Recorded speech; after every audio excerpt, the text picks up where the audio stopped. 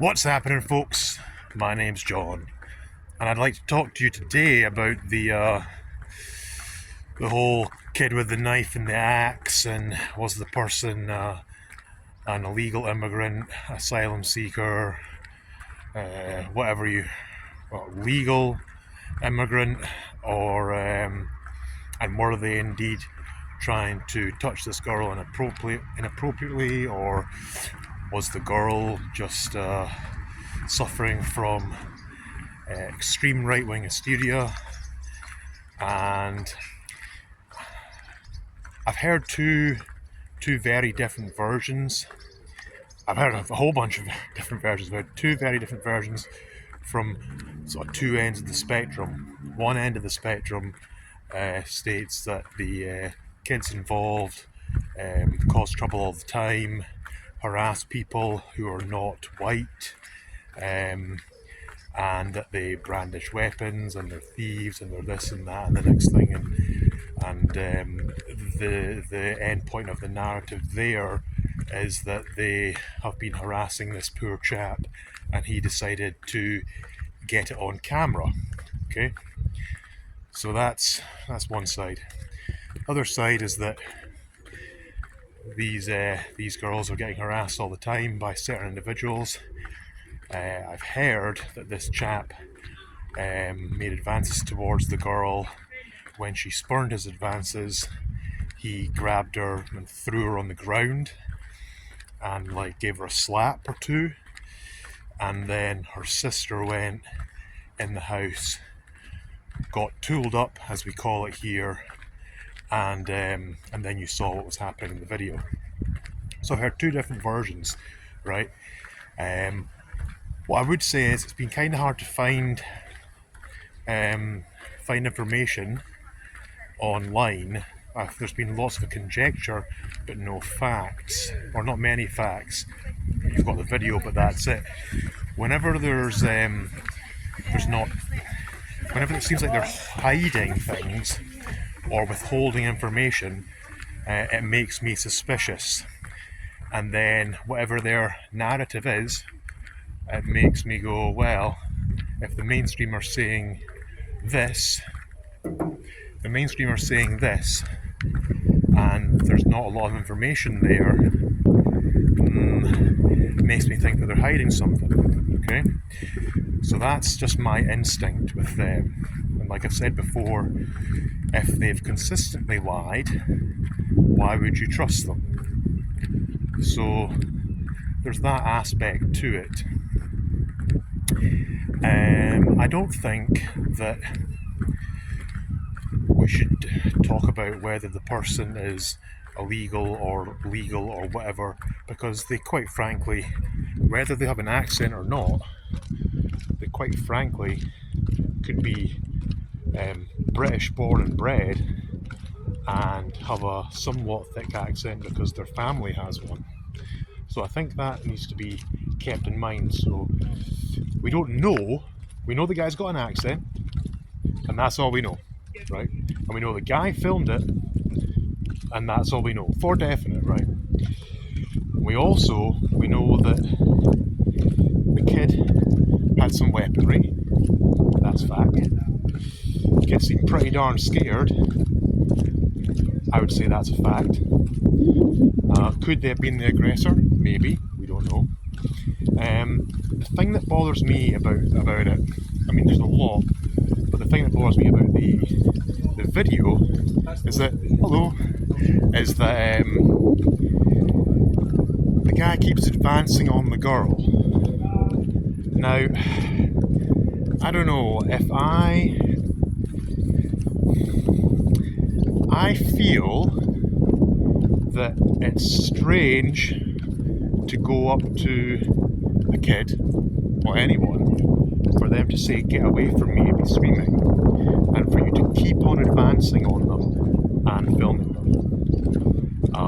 It's worse if you do it to a woman, and it's worse still if a kid's involved. So I think that's pretty strange. I think that's the strange part about it. Obviously, if it is one way, And that's the strange and disgusting part, you know, because there's no earthly reason why an adult should be approaching a child, and certainly for not for what's being alleged. But I think that the filming is very strange and the advancement towards the kid. Now, the kid's been arrested for having a weapon or two weapons, and we can expect that, and probably anyone walking about with weapons, because knives need to be 3 inches or less. Is it 3 inches or less in this country? Or is it 3 something? Anyway, certainly bigger than that, and you can't really go about with a hatchet. So I get that. But the bigger issue is, why did she feel she needed these things? Now, was she just whipped up into by the right-wing media?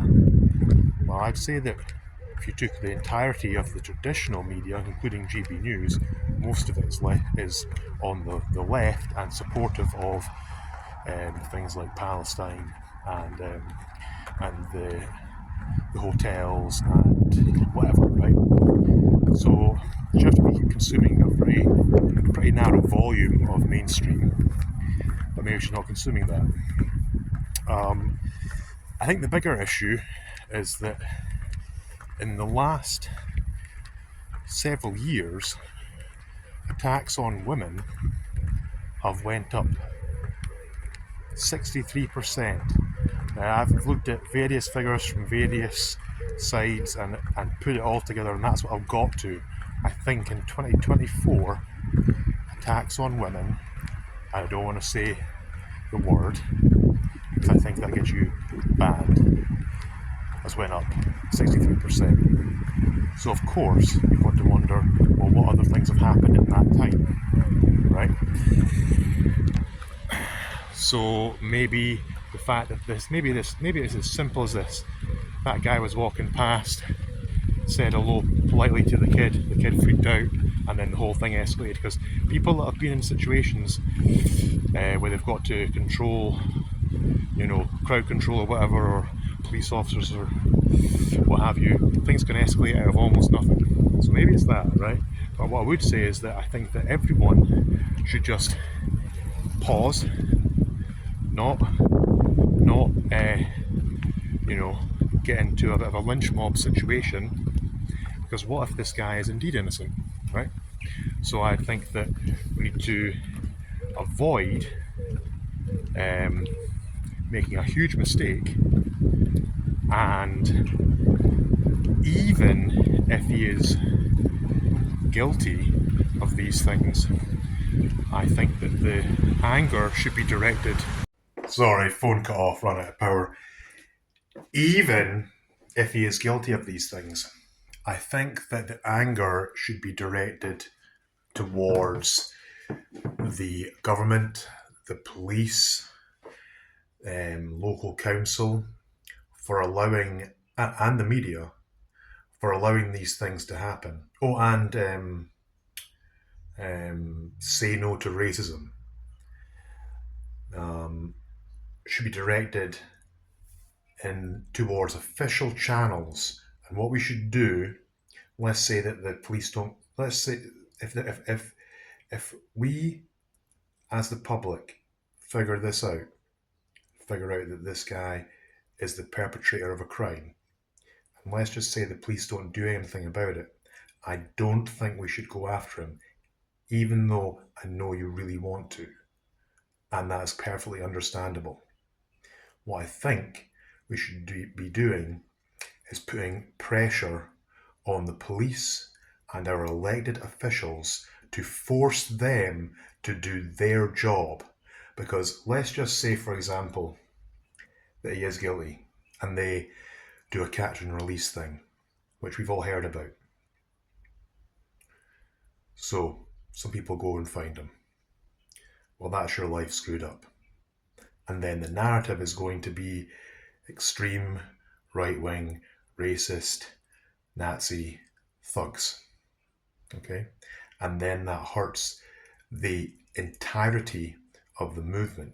So what I implore, and this is all dependent on what turns out, on what we find out, what I implore that everyone thinks about the bigger picture. And the bigger picture is that it's not about winning a fight and losing the war. You want to win the war. If indeed, I don't want anyone to get it twisted, if indeed you could say that we are in a war situation. I'm not saying that, it's just an analogy, okay? So let's, and I think that we should do this for everything, let's make the police protect us. Let's make elected officials protect us. Let's put the pressure on them. But the only way we can do that is if we do things properly, legally, and respectfully. So that's what I would say. So I want everyone,